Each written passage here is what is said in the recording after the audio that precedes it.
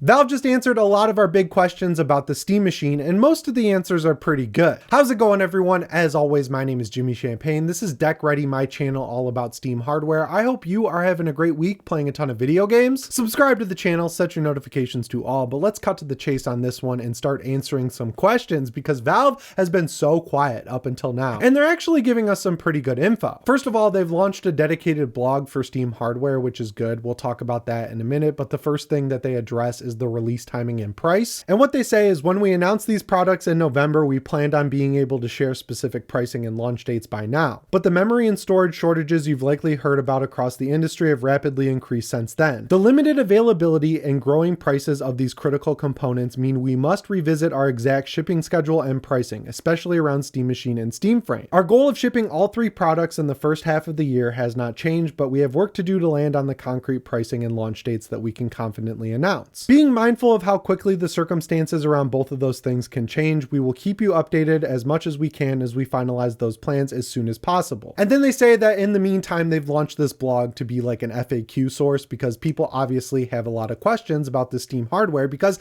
they announced it and then they disappeared 4 months. So like we've just been sitting here waiting for price, release date info, and everything else like performance and X, Y, and Z. So yeah, this isn't shocking, but I just want to point out that I got flamed in the comments by saying that early 2026 basically covers January all the way till the end of June. And now they're switching up their wording to say that they still hope to release it as they initially planned before the end of June, like the middle of the year. So like that still counts as early 2026. I'll accept the apologies down in the comments. Anyway, skipping down to the FAQ section about the Steam Machine, the first thing they address is performance, which is good because this is the main point of criticism a lot of people have around the Steam Machine is its spec level, which I honestly think is being overblown. Like it's basically on par with a PlayStation 5, which, you know, Sony is delaying the PlayStation 6. The PS5 is going to stick around a lot longer than they initially planned. So like that's going to be the benchmark for any developer going forward because that's the most popular game console for the vast majority of people, right? Like it's like that and the Nintendo Switch 2. Xbox isn't even a factor anymore. So if they're targeting the PlayStation 5, that means the Steam Machine will be just fine because it's basically the same level as the PS5. Anyway, they say in our testing, the majority of Steam titles play great at 4K 60 FPS with FSR on Steam Machine. That said, there are some titles that currently require more upscaling than others, and it may be preferable to play at lower frame rates with VRR to maintain 1080p internal resolution. In the meantime, we are working on HDMI VRR, investigating improved upscaling and optimizing ray tracing performance in the driver. So we're approaching this from multiple angles. So yeah, like I just said, it's going to perform pretty similarly to a PS5. So for a game like, I don't know, Metal Gear Solid Delta or Borderlands 4, I know everyone hates Borderlands 4, but I was trying to think of games that perform terribly on PC. You're probably going to have to upscale at like performance level. But if you're playing something like, I don't know, Resident Evil Requiem, which runs great on the Switch 2 from all the previews we've seen, you'll be able to play at a higher base internal resolution and use like FSR Ultra Quality to upscale it from 1080p up to 4K. And then if you're playing indie games or PS4 era games like God of War 2018, I would guess you could play those at 1440p or even 4K at original settings without FSR. But the coolest thing about using a SteamOS PC on a TV is you get the same frame limiter that you have on the Steam Deck. So my main TV that I have my SteamOS PC plugged into is a 120 Hz 4K OLED, and I basically run every game at 1440p. I set the resolution of SteamOS as a whole to 1440p, and then if I still can't get 60 FPS, I can drop it to 40 FPS, I can drop it to 30, I can set it to 60, or I can leave it completely uncapped. So depending on the game, you can adjust like every setting accordingly of the hardware and in the game itself. So it should be pretty malleable compared to other PCs or even like the PS5 itself. With the PS5, you basically get quality or performance options, and like performance is usually super low settings with an uncapped frame rate,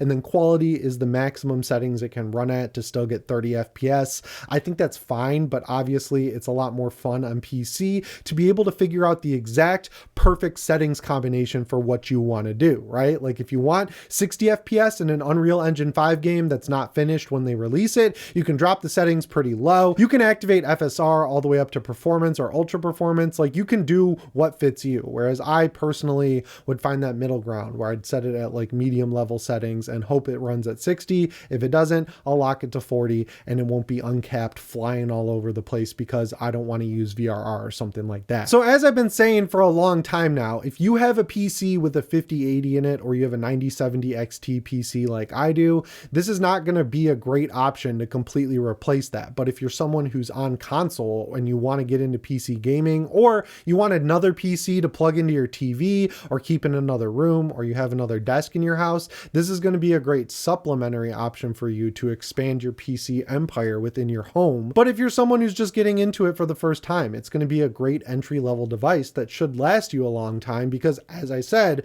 PS5 level is going to be the benchmark for a lot longer than really anyone assumed. Like, Sony wanted to do next gen in 2027, and while Xbox seems like they're sticking to that timeline, Sony is definitely not. They're going to delay the PS6, and they're the barometer of where performance benchmarks are going in terms of consoles, and that's what everyone develops for. So I think we're going to be just fine for the long tail of the foreseeable future with the Steam machine. So I'm not concerned about the performance. I'm buying it for SteamOS, the form factor, and of course the controller, and I think it's going to be a great experience out of the box, and I trust them when they say that they're getting good performance on the vast majority of the games they've tried based on the performance specs of the machine. The next question is whether or not third parties will be able to make Steam Machine faceplates, and what they had to say is, yes, we plan to share faceplate CAD specs and details in the coming months for customers and manufacturers to make their own. We kind of knew that was the case because I'm pretty sure Dbrand talked about making faceplates, and JSOX is like, yeah, we're going to make that e-ink display that Valve made for in-house and showed off and said they aren't making,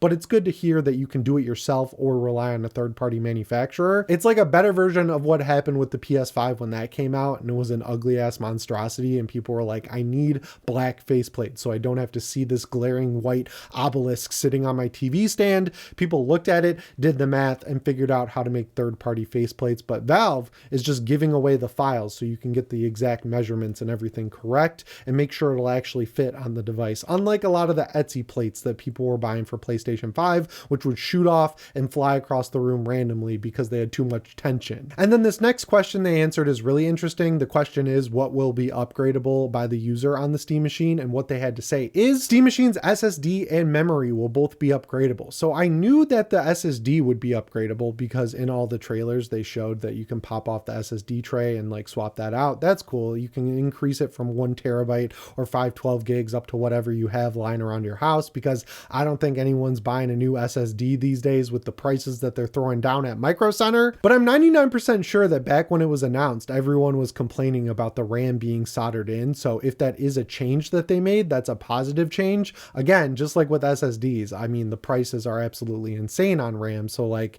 you're probably going to want to stick with what it comes with. But if you've got correct sized RAM just laying around, it should be pretty easy to just swap it out and get more RAM in the device, which is awesome because that's another big point of criticism, that it only comes with 16 gigs of RAM. Well, there you go. You can buy more RAM, you can wait for the prices to come down, or you can rip it out of an old laptop and plug that into it as long as it's DDR5. And then to wrap up the Steam Machine section, they say there's more to come. Keep following the Steam Hardware blog to stay up to date on the latest news and information. You can also subscribe to Deck Ready because I'll break it down for you as well. And they say they're going to do some deep dives in the future. I want to see deep dives on performance. Like, I trust them implicitly that a lot of the games they've tested work well on the Steam Machine, but I would guess that a lot of the games they're testing are lining up pretty well with that top 100 most played list on Steam Deck, because it's a lot of the same users that will be interested in buying a Steam Machine. And 99% of the games on that top 100 list are games that could run on a laptop with integrated graphics. It's stuff like Ball X Pit, it's stuff like Stardew Valley,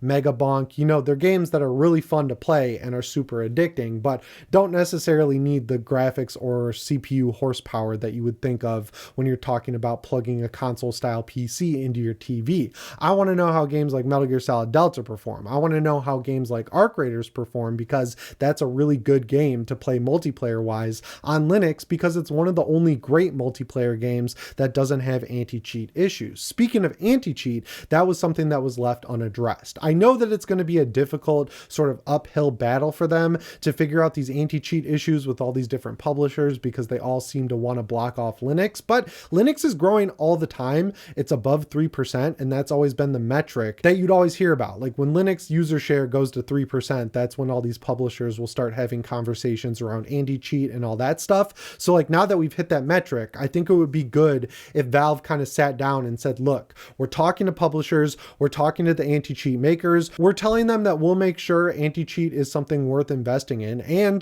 and they're probably coming back and saying, we'll wait to see when this thing launches, how many people actually buy it, because even though Linux is like a huge sort of umbrella for a lot of different forks and different distros and everything like that, having one anchor point like Steam hardware with a bunch of devices on one version of Linux, that's what's really going to help this anti-cheat situation. And then there will be trickle down effect where, if they get anti-cheat working on Steam OS, that's what they'll advertise it for, but it'll work on Linux as a whole, which would be a win. Until then, I want to know how Arc runs, because that's my current gaming addiction. I still think that issue is pretty overblown. Like, I personally couldn't care less that I can't play Call of Duty on the Steam machine, because I don't play Call of Duty. And as much as I loved Battlefield 6 back when it came out, it dropped off pretty quick, and it doesn't seem like people are flocking back to it. I thought RedSec would be cool, and it was kind of a bummer. So the two big games that people complain the most about are games that, don't really have the biggest mind share for me personally right now. And a lot of my friends kind of hopped off those games as well. So it's like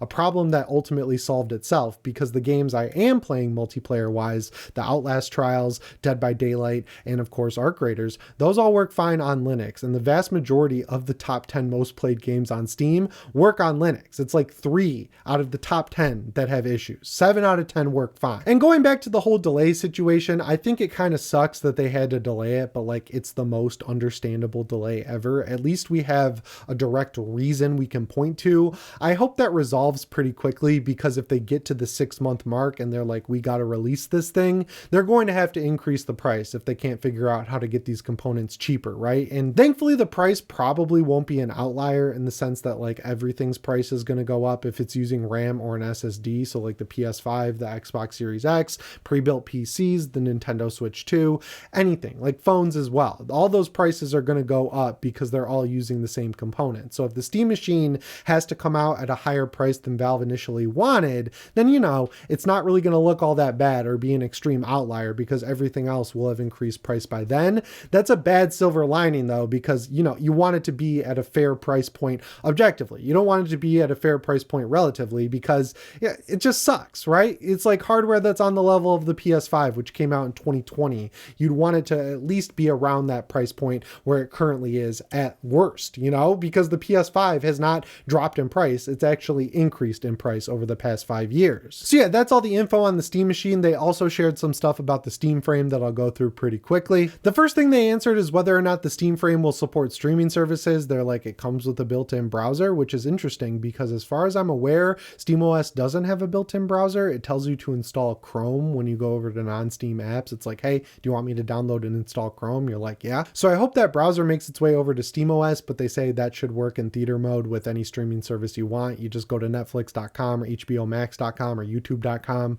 watch your video, put it full screen, it'll go into theater mode. My Oculus Quest does that. I don't use the YouTube app a lot of the time. I just use the browser. So, that should work fine. The next question is whether or not it'll work with base stations. They say it's not something they're working on, but the device is modular. So if someone in the community wants to figure that out, they say go ahead. Then they address the glasses question. They say a lot of people at Valve have glasses and haven't had issues with the Steam frame. One of the developers who got a dev kit also said it was really easy to use with glasses, but they also say they're working to figure out how to get prescription lens inserts made, so you should be just fine no matter what. And then finally, they talk about foveated streaming. If you don't know what foveated rendering is, it's really cool. The PSVR 2 uses it. It basically renders high resolution assets and images where you're looking. So it uses eye tracking to know where you're looking on screen and instantaneously updates the image to be higher resolution and lowers the resolution everywhere around that, so you can get the most horsepower where you need it. They say that it's like new technology that they've developed to do it streaming from your PC or the Steam machine.